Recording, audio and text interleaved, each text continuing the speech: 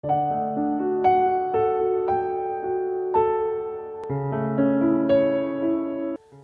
saudaraku, selamat sore. Jumpa lagi kita dalam acara Renungan Senja dengan saya Pendeta Deborah Dumasis Yanipar Tambunan dari CBM 7 TV. Saudara tahu Renungan Senja kita buat untuk membahas kembali, merenungkan kembali khotbah yang disampaikan pada hari Minggu yang lalu. Kita tahu kita telah diberkati Tuhan dengan firman yang disampaikan oleh hambanya Pastor Agape Guimaraes dari 2 Raja-Raja 4 ayat 8 yang berjudul Apa kabar atau How are you? Nah saudaraku, saya ulang baca kembali supaya kita bisa lebih ingat dengan jelas. Perempuan Sunem dengan anaknya. Pada suatu hari Elisa pergi ke Sunem. Di sana tinggal seorang perempuan kaya yang mengundang dia makan. Dan seberapa kali ia dalam perjalanan, singgahlah ia ke sana untuk makan. Berkatalah perempuan itu kepada suaminya, "Sesungguhnya aku sudah tahu bahwa orang yang selalu datang kepada kita adalah abdi Tuhan yang kudus. Baiklah, kita membuat sebuah kamar atas yang kecil yang berdinding batu, dan baiklah kita menaruh di sana baginya sebuah tempat tidur, sebuah meja, sebuah kursi, sebuah kandil. Maka apabila ia datang kepada kita, ia boleh masuk ke sana." Pada suatu hari datanglah ia ke sana, lalu masuklah ia ke kamar atas dan tidur di situ. Kemudian berkatalah ia kepada Gehazi bujangnya, "Panggillah perempuan Sunem itu." Lalu dipanggilnyalah perempuan itu dan dia berdiri di depan Gehazi. Elisa telah berkata kepada Gehazi, "Cobalah katakan kepadanya, sesungguhnya engkau telah sangat bersusah-susah seperti ini untuk kami. Apakah yang dapat kuperbuat bagimu? Apakah yang dapat kubicarakan tentang engkau kepada raja atau kepada tentara?" Jawab perempuan itu, "Aku ini tinggal di tengah-tengah kaumku." Kemudian berkatalah Elisa, "Apakah yang dapat kuperbuat baginya?" Jawab Gehazi, "Ia tidak mempunyai anak dan suaminya sudah tua." Lalu berkatalah Elisa, "Panggillah dia." Dan sesudah dipanggilnya, berdirilah perempuan itu di pintu. Berkatalah Elisa, "Pada waktu seperti ini juga tahun depan, engkau ini akan menggendong seorang anak laki-laki." Tetapi jawab perempuan itu, "Janganlah tuanku, ya abdi Tuhan, janganlah berdusta kepada hambamu ini." Mengandunglah perempuan itu, lalu ia melahirkan seorang anak laki-laki. Pada waktu seperti itu juga, pada tahun berikutnya, seperti yang dikatakan Elisa kepadanya. Sampai di situ dulu, besok kita akan sambung ayat 18 dan seterusnya ke ayat 37. Saudaraku, Elisa berkata kepada Gehazi, "Apakah yang dapat kuperbuat baginya?" Jawab Gehazi, ia tidak mempunyai anak. Ya, dia tidak mempunyai anak dan suaminya sudah tua. Saudaraku, Elisa setiap kali dia ada pelayanan penginjilan ke daerah Sunem, dia selalu mampir, tinggal dan makan. Beberapa kali dalam perjalanan selalu singgah. Saya yakin saudaraku, kalau seseorang selalu berani, apalagi tuh hamba Tuhan berani tinggal di rumah kita, itu berarti bicara suatu kepercayaan.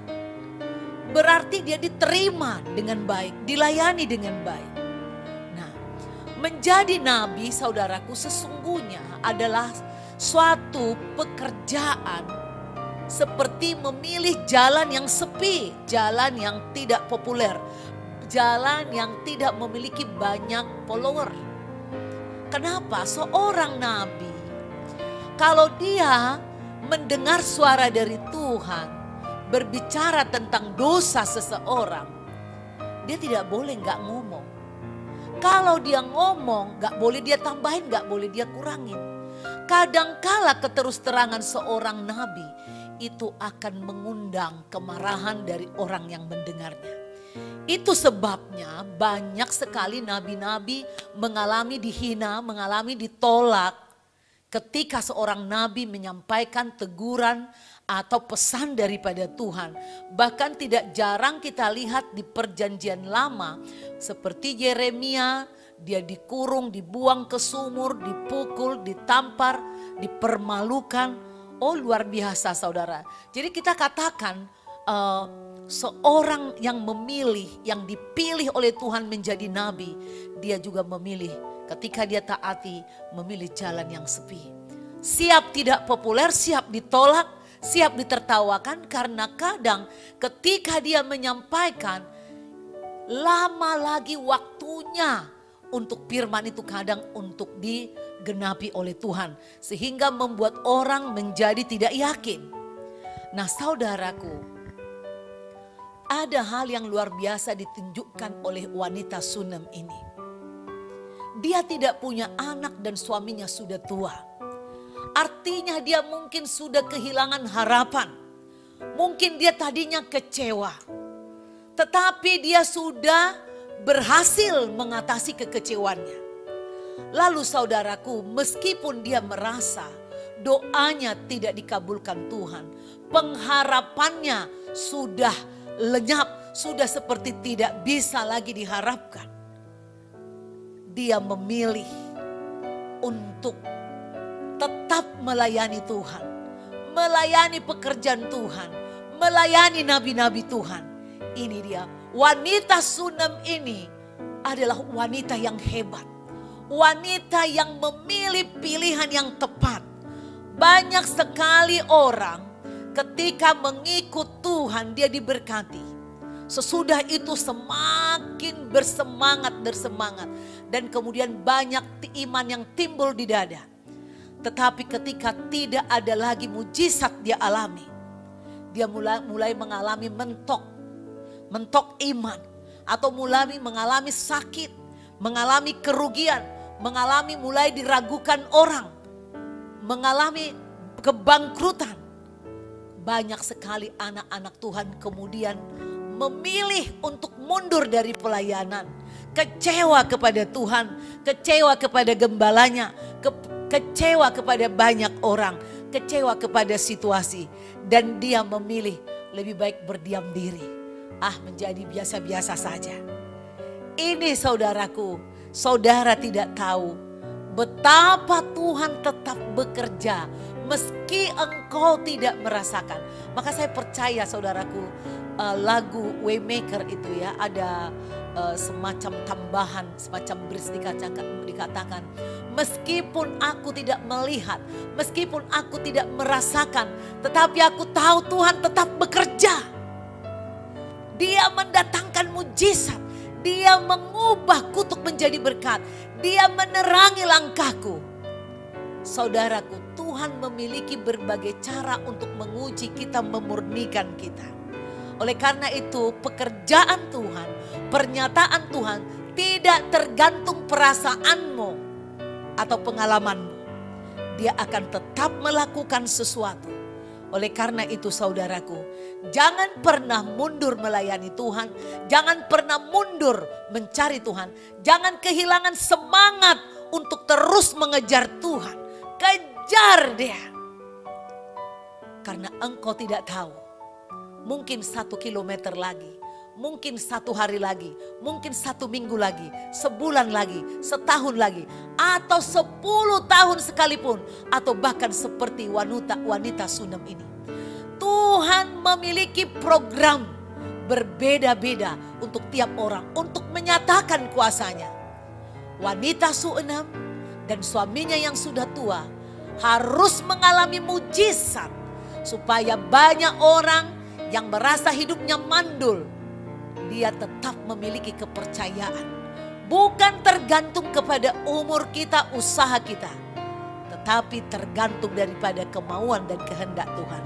Dan dia berkehendak agar kita memiliki keturunan ilahi. Dia berkehendak supaya kita memiliki pasangan bagi yang belum memiliki pasangan. Dia berkehendak agar kita bergerak bekerja bagi yang tidak memiliki pekerjaan atau usaha.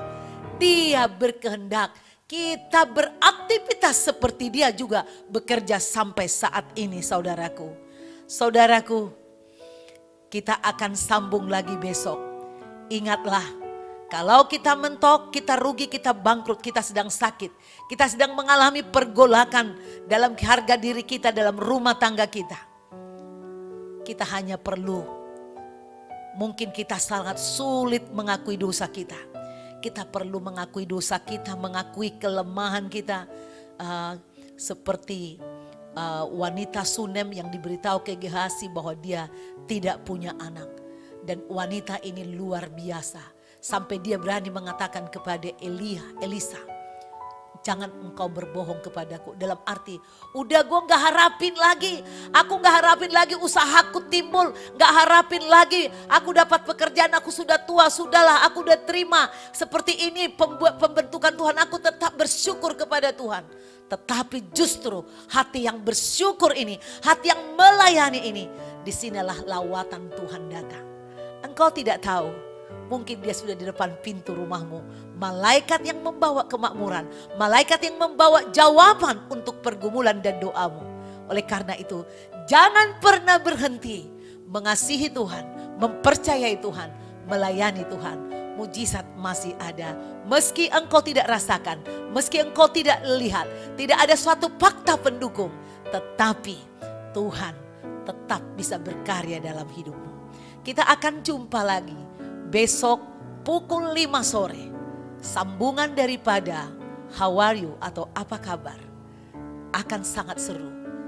Jangan lupa saudara, jika diberkati dengan firman ini, saudara kirim ke orang lain.